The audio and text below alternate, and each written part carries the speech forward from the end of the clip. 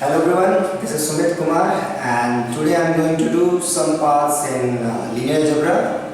Well, in linear algebra, the basic question involve find dimensions, find linear independent sets and calculating whether to check some subset is a vector space or not. Good. So here what question I have picked is a question related to a linear transformation, a non-zero vector with certain power of a transformation is not equal to 0 and certain power is equal to 0. So what you can say about some collection of vectors? Is it linearly independent or not? That's what I am going to deal with. Why I picked this question is not just because for purpose to write this exam. Also this is very basic and important questions involves day-to-day life if you are dealing with linear transformations. So let's do and try to understand concepts involved in this particular question. So here's the question. If VF is a vector space and P is a linear transformation from V to V. So what is that? VF is a vector space. So didn't tell me about this that V is finite dimensional or infinite dimensional, that we have no idea. So V is just a vector space over some field F and P is a transformation from V to V. Then what is the important thing is there exists a vector V belongs to small vector V belongs to V with the condition that T to the power mb is equal to 0 and T to the power m minus 1b is not equal to 0. Then what you can say about this set? Is this set linearly independent or not? What is your idea? Explain. If it is linearly independent, prove it. If it is not linearly independent, find such transformation with these properties. If it is not linearly independent means you have to find a transformation, you have to find a vector with certain conditions such that this is false, right? So first thing you have to always recall what you have to do here. What you have to do, what is the question and what one have to do. So that's what I have to do to check linearly independency. So, well, how one can approach? They have given just these three things. T ka some power acting on V is equal to 0 and T ka certain power acting on V is not equal to 0. Then they are asking about V to T to the power m minus 1 acting on V. Is this set linearly independent or not? So let's start. How to think. I always say how to approach this problem. Doing problem, always I say is not important. Important is how is our approach. Even though we are not able to solve problem, fine, but our approach should be good. Okay? So let's do. So first recall some basic facts. What is the basic facts here? Some basic facts. So T is a linear transformation. You all already know what do you mean by linear transformation from a vector space to vector space. Means it satisfies some properties alpha u plus b equal to alpha times T of u plus T of b, right? This is the definition of linear transformation. You can check it. And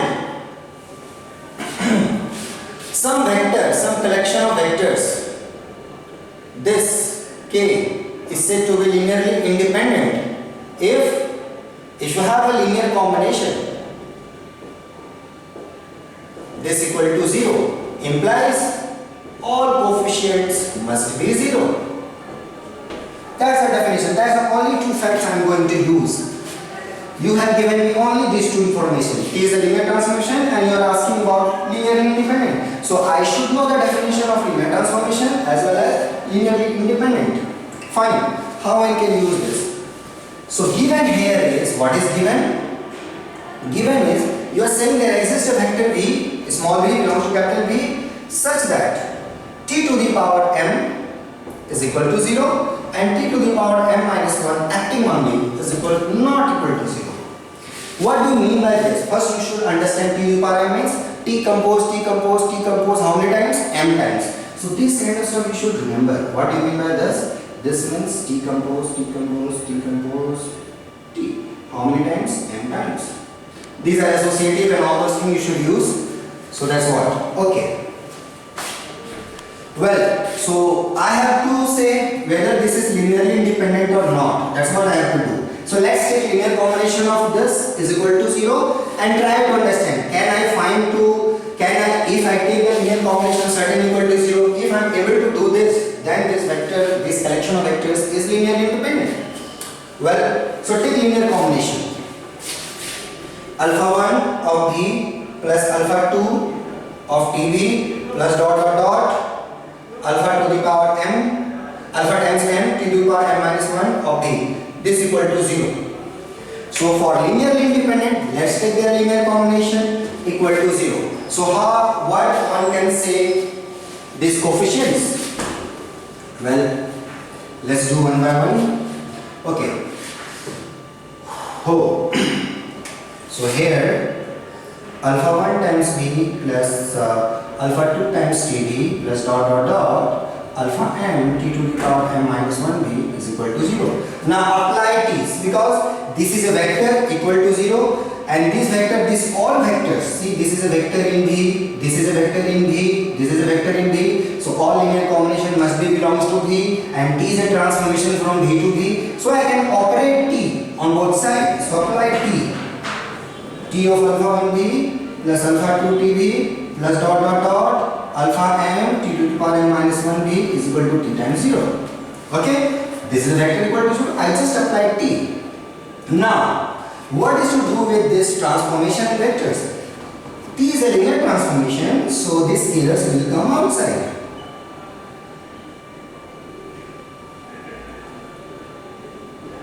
Zero, right? Now, what is t to the power m?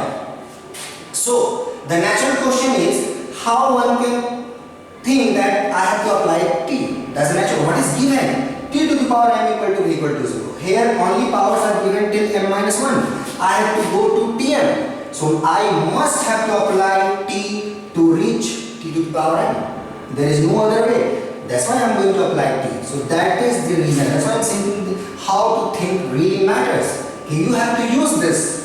Up to here there is no information. One information they have given this, and from here to here I will get only when I have to apply t both sides. I got it. Now I use it. This is 0. So what is that? Alpha 1 tb, alpha 2 t square b plus dot dot dot. This is nothing but 0 because this is 0 vector. Any scalar times 0 vector is 0 and this is equal to 0. Okay? Good. Next again very simple. So let us do this. Okay. So what we have done? So that implies alpha 1 tb plus alpha 2 t square b. Okay. Alpha times n minus 1. So t to the power n minus 1 b is equal to 0. What is the before that? T to the power n minus 1 b. Again I apply t. So apply this t again and again. So t minus 1 power has gone. So before that power was what? Alpha t power n minus 1, t to the power n minus 2 times b. Once you apply t, this is nothing but alpha to the power m minus 2, alpha m minus 1, t to the power m minus 1b. So that's what I have written. Again apply t. If you again apply t, what is going to happen? T square b, t cube b,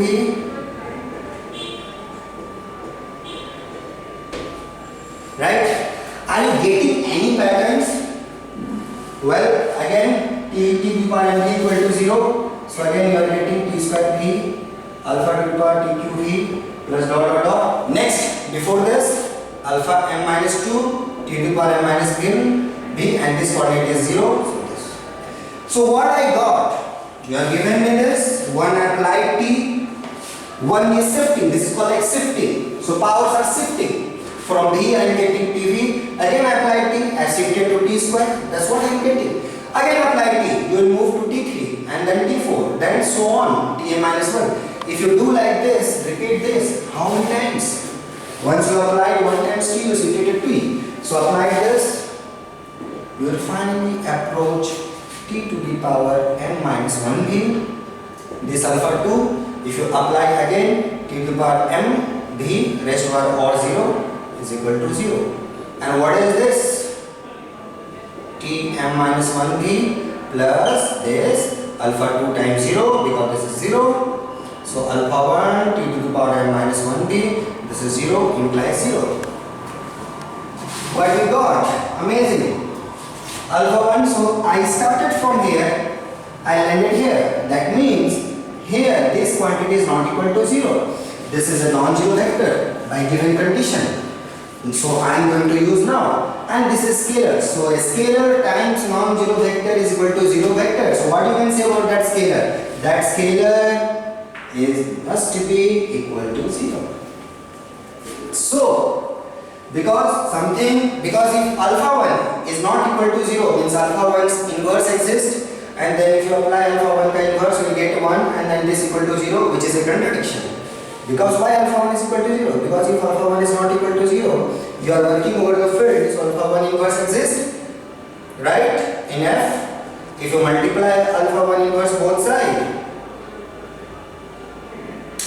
is with 0. Now alpha 1 alpha inverse 1, so t to the power m minus 1b is equal to 0. So you know, this type of things sometimes basic elementary results from field theory, if you know, you are easily going to write each and every step.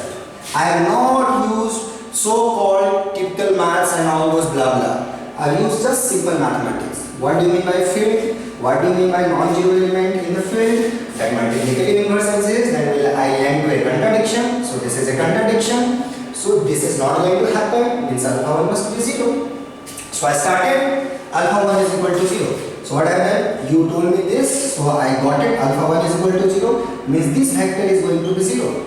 So now I have this vector. Now I will apply whole process to this vector. Again I will apply t. I will prove alpha 2 is equal to 0.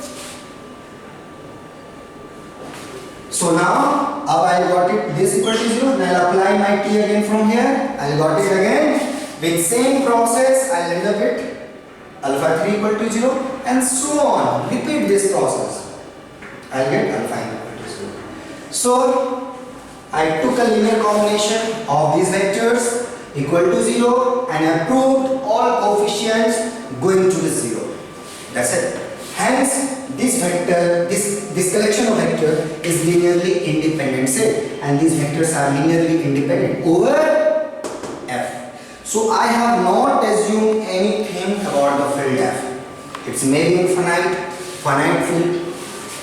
I have not assumed anything. Just you have given me this information, I utilize that. My basic elementary knowledge of linear algebra, elementary knowledge of a field, elementary knowledge of linearly independent things, elementary knowledge of composition of linear transformation. These four basic facts I have used, not so-called sophisticated mathematics I have not used. So basic concepts, if you know, you are able to solve any good problems. Good problems means that involves basic concepts. So if your foundation is good, you are able to answer any questions. Okay?